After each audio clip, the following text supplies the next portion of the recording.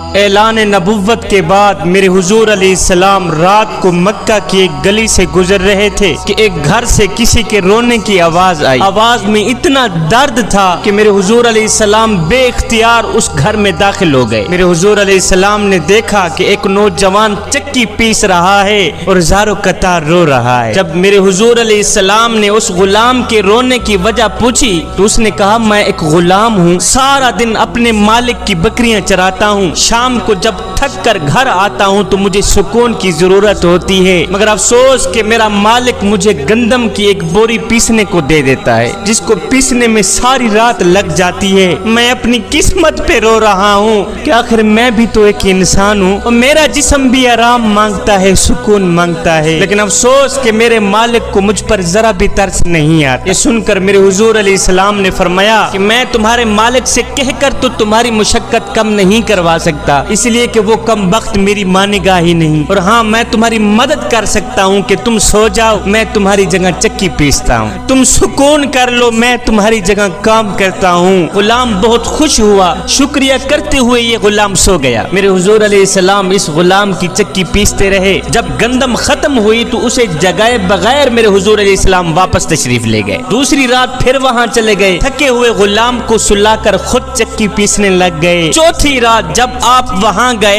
تو وہ غلام بول ہی پڑا کہ آخر تم کون ہو، میرا اتنا خیال کیوں کر رہے ہو؟ میں ایک غلام ہوں، غلام سے نہ کسی کو ڈر ہوتا ہے اور نہ ہی کسی کو فائدہ ہوتا ہے، تو پھر آپ یہ سب کچھ کیوں کر رہے ہو؟ سن کر میرے حضور علیہ السلام نے فرمایا کہ میں یہ صرف انسانیت کی ہمدردی کے لیے کر رہا ہوں، باقی مجھے آپ سے کوئی غرض نہیں ہے۔ اب اس غلام نے کہا کیا تمہیں علم ہے کہ مکے میں ایک شخص آیا ہے جس نے نبوت کا دعویٰ کر رکھا ہے؟ میرے حضور علیہ السلام نے فرمایا ہاں میں نے بھی سنا ہے۔ تو یہ غلام کہنے لگا اگر آپ اس کی جگہ نبوت کا دعویٰ کرتے تو میں کلمہ پڑھ کر آپ کی غلامی میں آ جاتا، اگر آپ جیسا انسانیت کا درد رکھنے والا شخص اس کی جگہ نبوت کا دعویٰ کرتا تو میں کلمہ پڑھ کر آپ کی غلامی میں آ جاتا۔